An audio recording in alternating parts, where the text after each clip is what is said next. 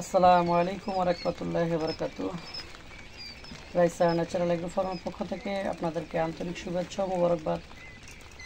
হাঁস মুরগি অথবা কোয়েল পাখি প্যারালাইসিস সমস্যা একটি ওষুধে সমাধান ইনশাআল্লাহ। তো স্ক্রিনে আপনারা দেখতে পাচ্ছেন আমাদের খামারের কোয়েল পাখিগুলো এক ধরনের পানি খাচ্ছে। পানির কালারটা অনেকটা হলুদ, ঠিক মেরিন্ডার মতো। তো আমি কিন্তু পাখিকে মেরিন্ডা খাওয়াচ্ছি না। মেরিন্ডা একটি ইসরায়েলি পণ্য, এটা আমরা অনেক আগেই বয়কট করেছি। নিজেরাও খাবো না, পশু পাখিকেও খাওয়াবো না ইনশাআল্লাহ। তো আজকের ভিডিওর মূল মেসেজ হচ্ছে যে আপনাদের খামারে আপনারা যারা হাঁস মুরগি, কোয়েল পাখি বা অন্যান্য প্রাণী পালন করে থাকেন, সেই সকল প্রাণীগুলোর ঘাড় বাঁকা হয়ে যাওয়া, পা বাঁকা হয়ে যাওয়া, ডানা বাঁকা হয়ে যাওয়া, ঠোঁট বাঁকা হয়ে যাওয়া, নখ বাঁকা হয়ে যাওয়া, অর্থাৎ প্যারালাইসিস যত সমস্যা আছে, এই প্যারালাইসিস সমস্যার সমাধানে কিন্তু খুবই গুরুত্বপূর্ণ একটি ঔষধের নাম থায়াবিন। থায়াবিন একটি vitamin B1, B2, B6, B11, B12 অর্থাৎ ভিটামিন বি কমপ্লেক্সটা বহন করে থাকে। আমি একটু ছবিটা দেখানোর চেষ্টা করি।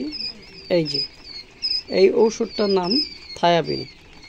একমাত্র প্যারালাইসিস যে সমস্যাগুলো হয়, হাঁস মুরগি অথবা কোয়েল পাখি, কুকুর বিড়াল, যে সকল প্রাণীর প্যারালাইসিস সমস্যা আছে, সেই সকল প্রাণী কিন্তু এই থায়াবিনটা খেলে ইনশাআল্লাহ দ্রুত সময়ের মধ্যে সুস্থ হয়ে উঠবে ইনশাআল্লাহ। এই থায়াবিন প্রতি 1 গ্রাম পাউডার 1 লিটার পানিতে মিশিয়ে দিতে হয়।